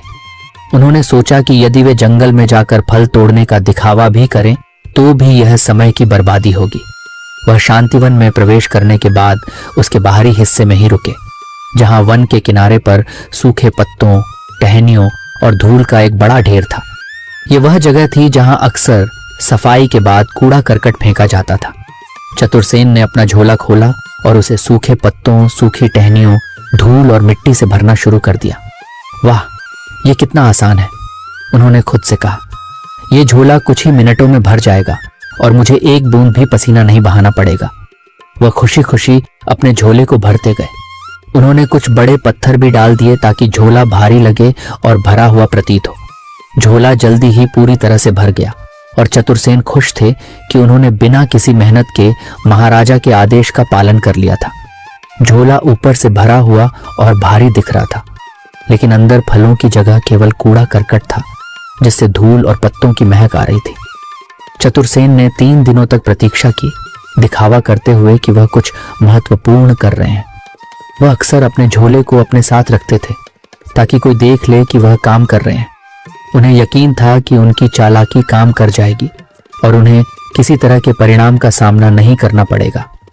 वह अपनी धूर्तता पर गर्व कर रहे थे और उन्होंने कल्पना की कि महाराजा उन्हें उनकी कुशलता के लिए पुरस्कृत करेंगे। 3 दिन बीत गए। सुबह का समय था और महाराजा धर्मपाल का भव्य दरबार फिर से जीवंत हो उठा था। महाराजा अपने राजसी सिंहासन पर विराजमान थे। उनके चेहरे पर एक गंभीर और विचारशील भाव था। तीनों सेनापति अपने अपने भरे हुए झोलों के साथ दरबार में उपस्थित हुए। सेनापति रणधीर सबसे आगे खड़े थे। उनका झोला फलों की सुगंध से महक रहा था और वह स्वस्थ व आत्मविश्वास से भरे दिख रहे थे। सेनापति प्रताप उनके बगल में थे। उनके झोले से कभी मीठी तो कभी हल्की सड़ी हुई गंध आ रही थी। उनके चेहरे पर थोड़ी घबराहट थी। सबसे पीछे सेनापति चतुरसेन थे, जो अपने धूल और पत्तों से भरे झोले को छिपाने की कोशिश कर रहे थे। उनके चेहरे पर आत्मविश्वास का एक नकली मुखौटा था, लेकिन अंदर ही अंदर वह चिंतित थे। महाराजा धर्मपाल ने तीनों सेनापतियों को एक एक करके देखा। उनकी आंखें हर सेनापति के चेहरे पर टिकी, मानो वह उनके आंतरिक विचारों को पढ़ रहे हों। उन्होंने न तो झोलों को खोलने का आदेश दिया, न ही उनकी सामग्री की जांच की। दरबार में गहरा सन्नाटा पसरा हुआ था। केवल पक्षियों की चहचहाहट और दूर से आती हवा की सरसराहट सुनाई दे रही थी। फिर महाराजा धर्मपाल ने अपनी गंभीर आवाज में घोषणा की, मेरे पराक्रमी सेनापतियों, आप सभी ने मेरे आदेश का पालन किया है और अपने अपने झोलों को भरकर वापस आए हैं। अब मैं आप सभी को अपने अगले आदेश से अवगत कराना चाहता हूं। महाराजा ने अपनी आवाज में दृढ़ता लाते हुए कहा, आज से अगले 3 महीनों जट के लिए आप तीनों को राज्य की अलग अलग एकांत जेलों में रखा जाएगा। वहां आपको कोई भी भोजन, कोई भी पानी या किसी भी प्रकार की बाहरी सहायता उपलब्ध नहीं कराई जाएगी। आपको केवल अपने साथ वही झोला ले जाने की अनुमति होगी जिसे आपने फलों से भरा है। अगले 3 महीने तक आपको अपने जीवन के लिए पूरी तरह से उसी झोले पर निर्भर रहना होगा। आप जीवित रहें या न रहें, यह आपके झोले की सामग्री पर निर्भर करेगा। महाराजा का यह अप्रत्याशित और कठोर आदेश सुनकर पूरे दरबार में सन्नाटा छा गया। मंत्रियों और दरबारी स्तब्ध रह गए। तीनों सेनापतियों के चेहरे पर भय और चिंता के भाव साफ झलक रहे थे। उन्हें कभी उम्मीद नहीं थी कि उनके राजा इस तरह की सजा देंगे। ये सजा न केवल शारीरिक बल्कि मानसिक और नैतिक भी थी। महाराजा ने अपनी बात पूरी की। यह परीक्षा केवल फलों की नहीं थी, बल्कि आपके चरित्र, आपकी निष्ठा और आपके भविष्य की थी। अब परिणाम भुगतने का समय आ गया है। सबसे पहले सेनापति रणधीर को एक एकांत कारागार में ले जाया गया। उनके साथ उनका फलों से भरा हुआ झोला था। कारागार की कोठरी छोटी और अंधेरी थी, लेकिन रणधीर के मन में कोई भय नहीं था। उन्हें महाराजा के आदेश पर पूरा विश्वास था और उन्हें अपने काम पर गर्व था। जब पहला दिन बीता और रात हुई, रणधीर को भूख लगने लगी। उन्होंने अपने झोले में हाथ डाला और एक रसीला सुनहरी आम निकाला। आम इतना मीठा और स्वादिष्ट था कि उसे खाकर रणधीर की भूख और प्यास दोनों शांत हो गईं। अगले दिन उन्होंने एक ताजा अमरूद खाया, फिर केले। उनके झोले में हर तरह के स्वादिष्ट पके हुए और पौष्टिक फल थे। रणधीर ने अपने फलों को बुद्धिमानी से इस्तेमाल किया। उन्होंने हर फल को धीरे धीरे खाया ताकि वह लंबे समय तक चले। फलों में पर्याप्त पानी भी था, इसलिए उन्हें प्यास की भी ज्यादा समस्या नहीं हुई।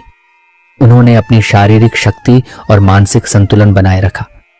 कारागार में रहते हुए भी उन्होंने अपने मन को शांत रखा, ध्यान किया और भविष्य के बारे में सकारात्मक सोचा। 3 महीने का समय बीतने में कोई खास परेशानी नहीं हुई।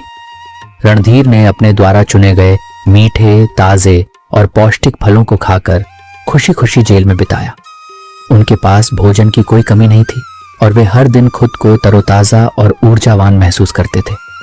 जब 3 महीने बाद उन्हें कारागार से बाहर निकाला गया तो वे स्वस्थ, ऊर्जावान और पहले से कहीं अधिक मजबूत दिख रहे थे।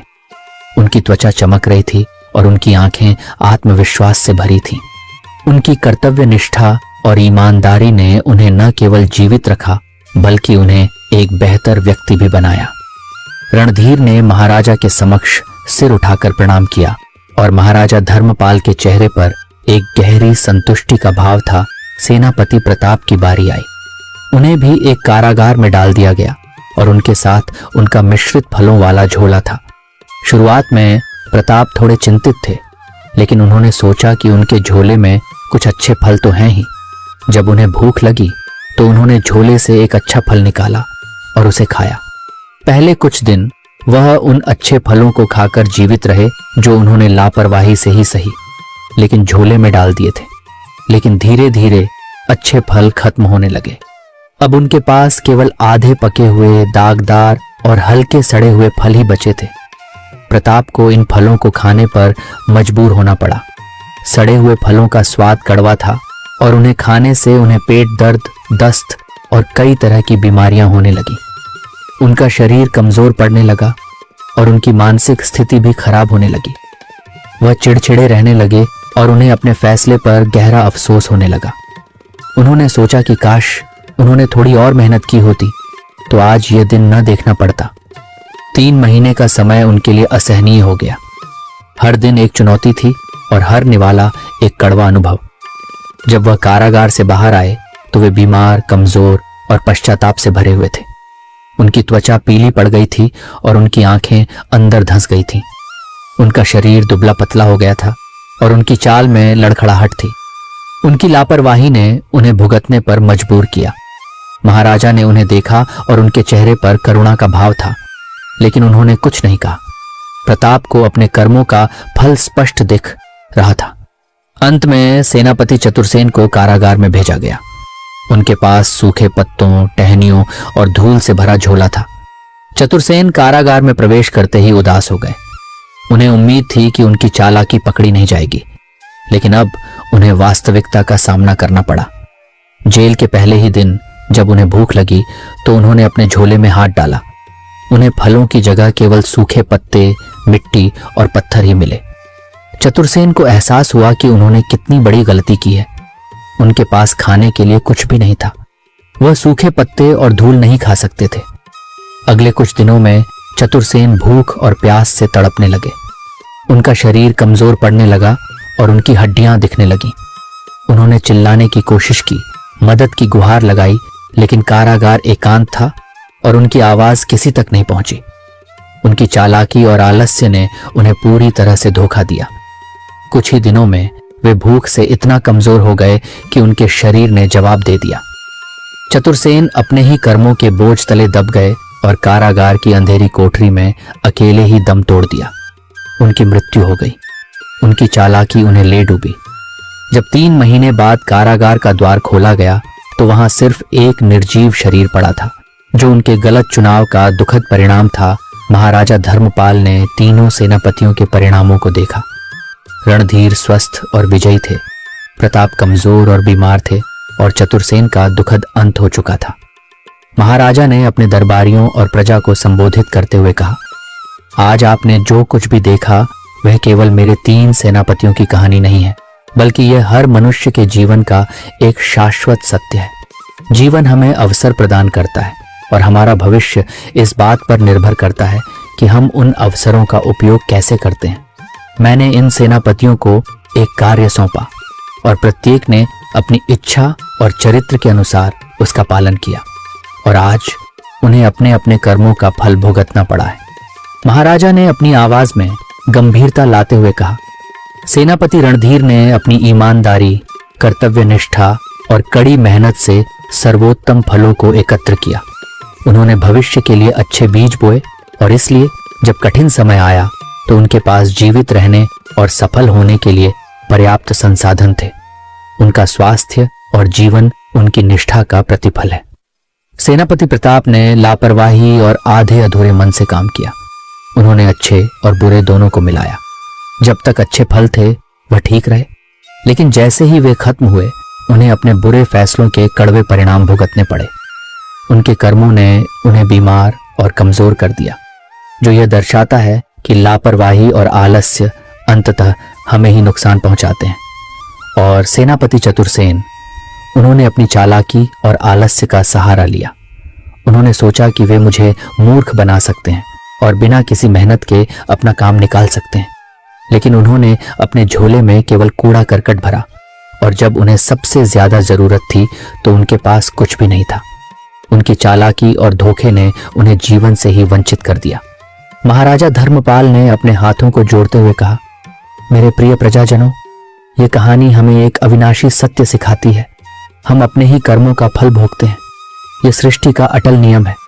आप जो भी कर्म करते हैं, चाहे वह अच्छा हो या बुरा, उसका परिणाम आपको भुगतना ही पड़ता है।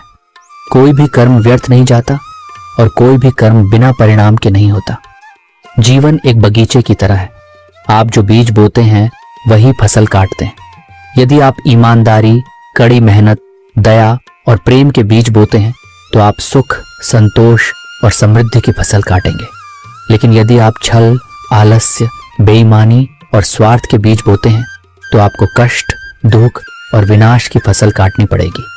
महाराजा ने अंत में कहा, इसलिए हमेशा अच्छे कर्म करें, अपने कर्तव्यों का पालन पूरी ईमानदारी से करें, अपने भविष्य को उज्जवल बनाने के लिए आज ही सही चुनाव करें। याद रखें, आपका झोला आपके जीवन का प्रतीक है और आप उसमें जो कुछ भी भरते हैं वही आपका भविष्य तय करेगा। महाराजा धर्मपाल की यह कहानी सदियों तक मगध साम्राज्य में एक नैतिक पाठ के रूप में सुनाई जाती रही। पीढ़ियों तक बच्चों को यह सिखाया गया कि हर क्रिया की एक प्रतिक्रिया होती है और हम अपने कर्मों के ही निर्माता और उपभोक्ता होते हैं। समाज में अक्सर लोग सोचते हैं कि वे दूसरों को धोखा देकर या कम मेहनत करके सफल हो सकते हैं। वे तात्कालिक लाभ पर ध्यान केंद्रित करते हैं और दीर्घकालिक परिणामों को अनदेखा करते हैं। लेकिन यह कहानी हमें दिखाती है कि जीवन एक मैराथन है, स्प्रिंट नहीं।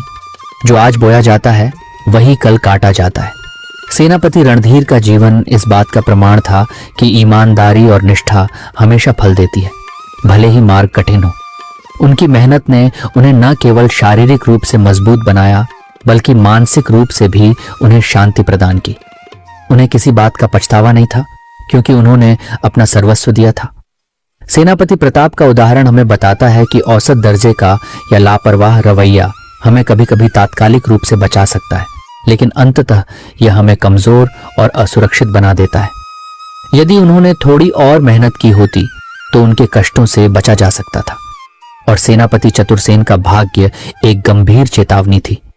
चालाकी और धोखे का रास्ता अंततः आत्मविनाश की ओर ले जाता है। जो व्यक्ति दूसरों को मूर्ख समझता है वह सबसे पहले खुद को ही मूर्ख बनाता है। बिना कुछ दिए कुछ भी प्राप्त करने की इच्छा अंततः सब कुछ छीन लेती है। ये कहानी हमें आत्मनिरीक्षण करने के लिए प्रेरित करती है। हम अपने झोले में क्या भर रहे हैं? क्या हम ज्ञान, कौशल, ईमानदारी, दया और कड़ी मेहनत जैसे उत्तम फल जमा कर रहे हैं, या हम आलस्य, बेईमानी, नकारात्मकता और धोखाधड़ी जैसे सूखे पत्ते और धूल से अपने जीवन को भर रहे हैं? हर दिन, हर पल हम चुनाव करते हैं। ये चुनाव हमारे भविष्य को गढ़ते हैं। ये ब्रह्मांड का अटल नियम है कि जो हम देते हैं वही हमें वापस मिलता है। कर्मों का चक्र निरंतर चलता रहता है और इससे कोई बच नहीं सकता। इसलिए हमेशा सोच समझकर कर्म करें, क्योंकि आपकी हर क्रिया की प्रतिध्वनि आपके अपने जीवन में ही सुनाई देगी। तो दोस्तों, कैसी लगी आपको आज की कहानी?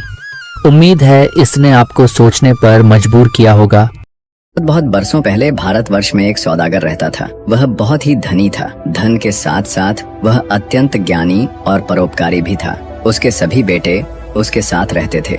वे सभी बहुत सुंदर, चतुर और गुणवान थे। सौदागर ने अपने 6 बेटों की शादियां अच्छे अच्छे घरों में कर दी थीं। केवल सबसे छोटे बेटे की शादी नहीं हुई थी। वह धीरे धीरे बड़ा हो गया और एक परिपक्व, सुंदर तथा आकर्षक युवक बन गया। जब भी कोई सौदागर का छोटा बेटा को देखता, लोग उसे देखते ही रह जाते। सौदागर ने अपने सबसे छोटे बेटे के लिए लड़की ढूंढना शुरू कर दिया। एक दिन सौदागर का छोटा बेटा जंगल में घूमने के लिए गया। तभी अचानक उसे प्यास लगी। वह इधर उधर देखने लगा कि कहीं पानी मिल जाए, पर उसे कहीं भी पानी नहीं मिला। प्यास के कारण वह बहुत कमजोर हो गया। तब वह एक पेड़ पर चढ़ गया और दूर कहीं चिड़ियां उड़ती हुई दिखाई दी। उसे लगा कि शायद वहाँ कोई झरना या तालाब होगा। यही सोचकर वह उस दिशा में चल पड़ा। वहां पहुंचकर उसने देखा कि एक अत्यंत सुंदर कन्या बैठी हुई थी और अपने लंबे बालों को सहला रही थी। वह मानो स्वर्ग की अप्सरा प्रतीत हो रही थी। ऐसी सुंदर कन्या सौदागर के बेटे ने पहले कभी नहीं देखी थी। वह अपने बालों को फूलों से सजा रही थी और अत्यंत मनमोहक लग रही थी। सौदागर का छोटा बेटा उसे देखकर सब कुछ भूल गया। वह उसे एकटक देखने लगा और सोचने लगा, अरे, इतनी घने जंगल में यह कन्या कहाँ से आई? ये तो वास्तव में अपूर्व सुंदर है। अगर मेरा विवाह इससे हो जाए तो मेरा भाग्य ही खुल जाएगा। अगर मैं कभी विवाह करूंगा तो सिर्फ इसी कन्या से करूंगा। यह सोचकर वह धीरे धीरे उस कन्या के पास जाने लगा। जैसे जैसे वह उसके पास बढ़ता गया, वैसे वैसे उसका हृदय स्पंदन तेज होता गया। जब वह कन्या के पास पहुंचा तो कन्या ने पास में एक सुंदर युवक को देखा और चौंक गई। वह भी उसे देखकर मोहित हो गई, लेकिन डर भी गई, यह सोचकर कि यह कौन है और यहाँ क्यों आया है। उसका शक्तिशाली शरीर देखकर वह डर गई और पास ही एक पेड़ के पीछे जाकर छुप गई। यह देखकर सौदागर का छोटा बेटा आश्चर्यचकित रह गया। उसने सोचा, अरे, यह क्या हुआ? यह लड़की इस पेड़ के अंदर कैसे समा गई? क्या मैं सपना देख रहा हूँ? सौदागर का बेटा वहाँ कुछ समय तक रुका, लेकिन वह लड़की बाहर नहीं निकली। फिर वह घर लौट आया। दूसरे दिन वह फिर उसी जगह गया और उसने फिर से उस कन्या को देखा। जब कन्या ने सौदागर के पुत्र को देखा तो वह फिर से पेड़ के भीतर समा गई। यह देखकर सौदागर के छोटे पुत्र को कुछ समझ में आने लगा। वह घर लौट आया और एक कमरे में जाकर चुपचाप बैठ गया। न वह कुछ खाता, न कुछ पीता और न ही किसी से कोई बात करता। यह देखकर सौदागर और उसकी पत्नी बहुत चिंतित हो गए। उन्होंने कहा, अरे, ये क्या हो गया? हमारा सबसे छोटा और सबसे प्यारा बेटा कुछ खा क्यों नहीं रहा है? वह घर से बाहर क्यों नहीं आ रहा? क्या किसी ने इसे कुछ कहा है या इसका कुछ खो गया है? ये सब सोचकर दोनों उसके पास गए और बोले, बेटा, तुम घर से बाहर क्यों नहीं जा रहे हो? तुम कुछ खाते क्यों नहीं? तुम्हें क्या चाहिए, हमें बताओ। जो भी चाहिए हम तुरंत ला कर देंगे। जो भी खो गया हो हम उसे ढूंढ निकालेंगे। बस हमें बताओ तो सही। लेकिन सौदागर का बेटा कुछ नहीं बोला। वह चुप ही रहा। जब उसके 6 भाई और उनकी पत्नियां यह बात सुनकर आए तो वे भी आश्चर्यचकित हो गए। वे भी उसके पास आए और बोले, भाई, ये तुम क्या कर रहे हो? तुम खाते क्यों नहीं, पीते क्यों नहीं, बाहर क्यों नहीं आते? तुम्हें क्या चाहिए? अगर तुम नहीं बताओगे तो हम कैसे जानेंगे? तभी सौदागर का छोटा बेटा बोला, मुझे विवाह करना है। अगर आप लोग मेरा विवाह नहीं कराओगे तो मैं न बाहर जाऊंगा न खाना खाऊंगा। ये सुनकर सौदागर बोले, अरे, यही बात थी। इतनी सी बात के लिए तुम नाराज बैठे हो? हम अभी पूरे नगर में लड़कियों की तलाश शुरू कर देंगे। लेकिन छोटे बेटे ने कहा, नहीं नहीं, मैं किसी भी लड़की से शादी नहीं करूंगा। मैं तो जंगल में स्थित उस पेड़ के साथ ही विवाह करूंगा। ये सुनकर सभी चौंक गए। अरे, तुम ये क्या कह रहे हो? तुम्हें पता भी है कि तुम क्या बोल रहे हो? तुम एक इंसान हो और जितने सुंदर हो, तुम्हारे लिए तो कई राजकुमारियां भी शादी करने को तैयार हो जाएंगी। और तुम ऐसी बात कर रहे हो जो आज तक किसी ने नहीं की। तुम इंसान होकर एक पेड़ से शादी कैसे कर सकते हो? तभी सौदागर का छोटा बेटा बोला, नहीं नहीं, मुझे और कुछ नहीं चाहिए। अगर आप इस बात के लिए राजी हैं तो ठीक है, नहीं तो मैं कुछ नहीं खाऊंगा। अब क्या करते?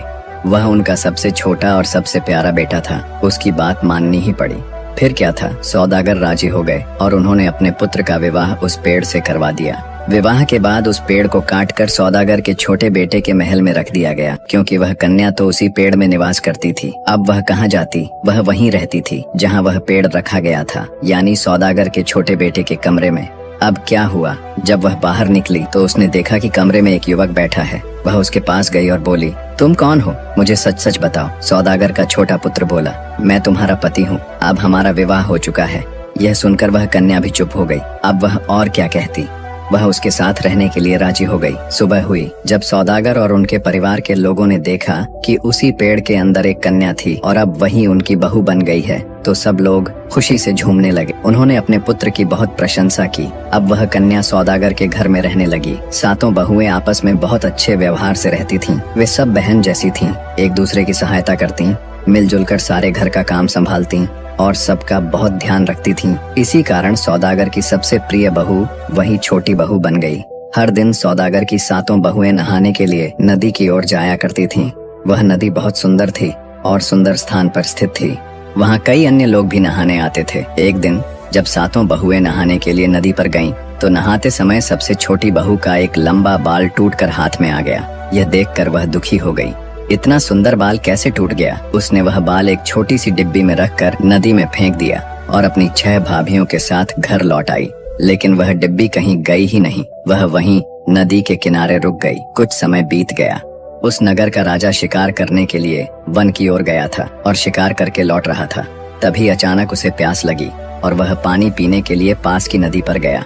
जब वह पानी पी रहा था तभी उसकी नजर एक डिब्बी पर पड़ी। उसे देखकर वह सोचने लगा, यह डिब्बी यहाँ क्या कर रही है? जैसे ही उसने डिब्बी को अपने पास खींचा और खोल कर देखा तो उसमें एक सुंदर सा बाल रखा था। वह उसे देखकर आश्चर्यचकित रह गया। यह बाल कितना सुंदर है! अगर यह बाल इतना सुंदर है तो यह बाल जिसकी है वह लड़की कितनी सुंदर होगी। यह सोचकर वह उस बाल को लेकर अपने नगर की ओर लौट पड़ा। दिन रात वह उसी बाल को देखकर चिंतित रहने लगा। वह हमेशा यही सोचता, मैं उस कन्या से अवश्य विवाह करूंगा। मुझे लगता है वह बेहद सुंदर होगी। मेरी जितनी भी रानियां हैं वे सब उसके आगे फीकी पड़ जाएंगी। वह कन्या सच में अनुपम सुंदर होगी, लेकिन मुझे किसी भी तरह उसके बारे में जानकारी हासिल करनी होगी। राजा ने एक बूढ़ी औरत को अपने पास बुलवाया और कहा, देखो, तुम तो रोज लोगों के घर फूल बेचने जाती हो। क्या तुम्हें पता है कि हमारे राज्य में किस लड़की के इतने सुंदर और लंबे बाल हैं? बूढ़ी औरत ने वह बाल ध्यान से देखा और बोली, महाराज, यह तो सौदागर की सबसे छोटी बहू का बाल है, लेकिन आपको यह बाल कहाँ से मिला? राजा ने कहा, यह कहाँ से मिला यह जानने की तुम्हें कोई आवश्यकता नहीं, मुझे बस ये बताओ कि वह लड़की कैसी है। बूढ़ी औरत ने कहा, महाराज, मैं उसके बारे में क्या बताऊं?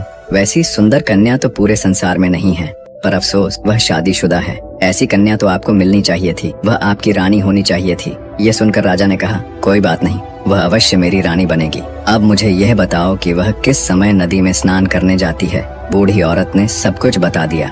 अब राजा यह सोचने लगा कि जिस समय वह नहाने आएगी मैं वहां पहुंच जाऊंगा और उसे अपने महल ले आऊंगा। लेकिन सौदागर का छोटा बेटा यह सब जान गया। वह बहुत चिंतित हो गया। वह राजा है, वह कुछ भी कर सकता है। मैं क्या करूं कि मेरी पत्नी सदा मेरे साथ सुरक्षित रहे। उसने अपनी पत्नी से कहा, अब तुम नदी में स्नान करने मत जाओ, मैं तुम्हारे लिए घर में ही एक कुआं बनवाऊंगा। उसने मजदूरों से काम लेकर घर में एक कुआं खुदवाया और अपने घर को सुरक्षित करने के लिए चारों ओर ऊंची दीवारें बनवा दी। अब क्या हुआ, जब राजा ने देखा कि वह लड़की अब नदी पर नहीं आती तो वह सोच में पड़ गया। अब क्या किया जाए? कोई बात नहीं, कभी तो वह नहाने के लिए आएगी और अगर नहीं आएगी तो मुझे ही कुछ करना पड़ेगा। कुछ दिन बीत गए। अब सौदागर का व्यापार करने का समय आ गया। सबने तय किया कि व्यापार के लिए दूर जाना पड़ेगा। छोटा सौदागर का पुत्र अपनी पत्नी के पास आया और बोला, मैं व्यापार के लिए बहुत दूर जा रहा हूँ, तुम इस घर से बाहर मत निकलना। अगर निकली तो राजा तुम्हें पकड़ ले जाएगा। मेरी बात हमेशा ध्यान में रखना कि तुम इस घर में ही रहोगी। हमारे घर में नौकर चाकर हैं, वे तुम्हारी मदद करेंगे और सब काम कर देंगे। हम तुम्हारे लिए सब व्यवस्था करके जा रहे हैं। अब बताओ, मैं तुम्हारे लिए वापसी में क्या लाऊं? तब छोटी बहू ने कहा, ठीक है, मैं तुम्हारी बात का हमेशा ध्यान रखूंगी। तुम लौटते समय मेरे लिए एक सुंदर सी साड़ी, कुछ हीरों के गहने और एक सुंदर सा तोता लेकर आना। अब क्या था, अपनी पत्नी से विदा लेकर वह व्यापार के लिए निकल पड़ा। सौदागर के सातों पुत्र व्यापार करने के लिए दूर चले गए और उनकी बहुएं घर में ही रह गईं। अब छोटी बहू बहुत सतर्क हो गई थी कि कहीं राजा फिर से कोई उपाय न करके उसे ले जाए। वह घर से बाहर नहीं निकलती थी। जब वह नदी में स्नान करने नहीं गई तो राजा विचलित हो गया। उसने सोचा, अब क्या होगा, वह अब बाहर क्यों नहीं आ रही, मुझे कोई उपाय करके उसे यहाँ तक लाना ही पड़ेगा। राजा ने बहुत प्रयास किए लेकिन वह सौदागर की छोटी बहू को प्राप्त नहीं कर सका। तब वह उसी बूढ़ी औरत के पास गया और कहा, मेरी बात ध्यान से सुनो, तुम कुछ भी करके सौदागर की छोटी बहू को मेरे पास ले आओ। अगर वह मेरे पास न भी आए तो कम से कम उसे किसी तरह नदी के पास तो लेकर आओ, मैं वहीं से उसे अपने साथ ले जाऊंगा। अगर तुम यह काम मेरे लिए कर दो तो तुम्हें बहुत सारे उपहार दिए जाएंगे, सोना हीरे आदि से तुम्हारा घर भर जाएगा। बूढ़ी औरत ने यह सुनकर कहा, महाराज मैं आपका कार्य अवश्य करूंगी। यह कहकर उसने राजा को प्रणाम किया और सौदागर के घर की ओर चल पड़ी। उसी समय सौदागर की छोटी बहू खिड़की से बाहर देख रही थी। बूढ़ी औरत उसके पास गई और बोली, क्या तुम्हें फूलों की जरूरत है? तुम्हारे जैसी सुंदर कन्या अगर इन सुगंधित फूलों से खुद को सजाएगी तो सच में बहुत सुंदर लगेगी। फिर बूढ़ी औरत ने कहा, तुम इतनी सुंदर हो फिर यहाँ क्या कर रही हो? तुम्हें तो रानी बनना चाहिए था। लेकिन सौदागर की छोटी बहू ने जवाब दिया, अरे तुम ये क्या कह रही हो? जिससे मेरी शादी हुई है मैं उसी में बहुत खुश हूँ, मुझे रानी बनने का कोई शौक नहीं है। बूढ़ी औरत ने फिर कहा, अगर तुम अब भी चाहो तो मैं तुम्हें रानी बना सकती हूँ। राजा अब भी तुमसे विवाह करने को तैयार हैं। अगर तुम कहो तो मैं जाकर उन्हें बता दूं। यह सुनकर सौदागर की छोटी बहू क्रोधित हो गई और बोली, अरे तुम्हारी इतनी हिम्मत, तुम्हें पता भी है कि तुम मुझसे क्या कह रही हो? अभी इसी समय यहाँ से निकल जाओ, नहीं तो मैं तुम्हें इस दुस्साहस का दंड दे सकती हूँ। बूढ़ी औरत ने जब देखा कि छोटी बहू किसी भी कीमत पर राजा के पास जाने के लिए तैयार नहीं है तो उसने कहा, ठीक है, मैं तो ऐसे ही कह रही थी, मेरी बात का बुरा मत मानना, मुझे जो सही लगा वही कहा। मैंने सुना है कि तुम अब घर में ही स्नान करती हो। अगर तुम नदी की ओर स्नान के लिए जाती तो वहाँ का नजारा कितना सुंदर होता। स्वच्छ जल में तैरती मछलियाँ, चारों ओर खिले कमल के फूल और उनकी खुशबू से भरी हवा, यह सब तुम्हें एक बार जरूर देखना चाहिए। तुम अकेले मत जाना, अपनी जेठानी के साथ जाना, इसमें राजा तुम्हारा क्या कर लेगा, तुम्हें अवश्य एक बार वहाँ जाना चाहिए। यह कहकर बूढ़ी औरत वहाँ से चली गई और जाकर राजा से बोली, महाराज वह नारी सच में बहुत महान है, उसने आपकी रानी बनने से इनकार कर दिया, लेकिन कोई बात नहीं, मैंने उसे इस तरह से बातों में फंसा लिया है कि वह कल अवश्य नदी में स्नान करने के लिए आएगी, आप तैयार रहिए। यह सुनकर राजा बहुत प्रसन्न हुआ और बोला, ठीक है, यह लो तुम्हारा उपहार। फिर उसने बूढ़ी औरत को कुछ स्वर्ण मुद्राएं और वस्त्र भेंट स्वरूप दे दिए। सौदागर की छोटी बहू ने सोचा, क्या सच में नदी इतनी मनमोहक हो गई है, मुझे एक बार वहाँ जाकर स्नान करना चाहिए।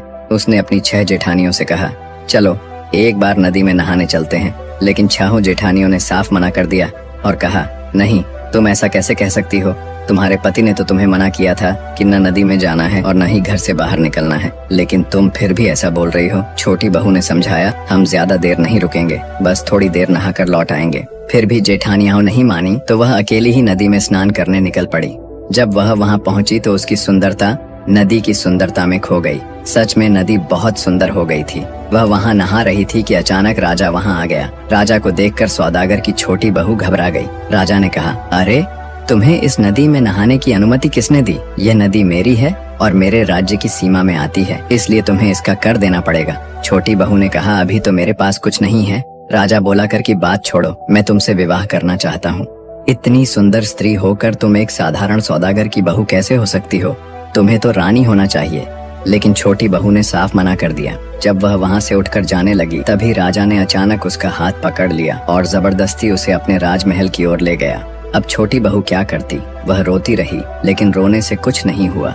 वह जानती थी कि उसने न अपने पति की बात मानी और न ही जेठानियों की, इसलिए अब उसे यह सब भुगतना पड़ रहा है। उसने बहुत प्रयास किया लेकिन कुछ लाभ नहीं हुआ। कुछ दिन बीत गए और सौदागर के 7 पुत्र व्यापार करके लौट आए। जब उन्होंने देखा कि छोटी बहू घर पर नहीं है तो सब चौंक गए। सौदागर का छोटा पुत्र रो पड़ा। उसे समझ में आ गया कि राजा ही छोटी बहू को अपहरण करके ले गया होगा। उसे याद आया कि छोटी बहू ने विदाई के समय एक अलंकार, एक साड़ी और एक तोता अपने पास रखा था, तो उसने वही साड़ी अपने माथे पर बांधी, भिखारी जैसा वेश धारण किया और उस तोते को लेकर राजमहल की ओर भीख मांगने चल पड़ा। राजमहल के पास जाकर उसने कहा, मुझे कुछ खाना चाहिए, लेकिन मैं केवल नई रानी के हाथों से ही कुछ खाऊंगा। नई रानी यानी कि छोटी बहू खिड़की से सब कुछ देख रही थी और वह तुरंत अपने पति को पहचान गई।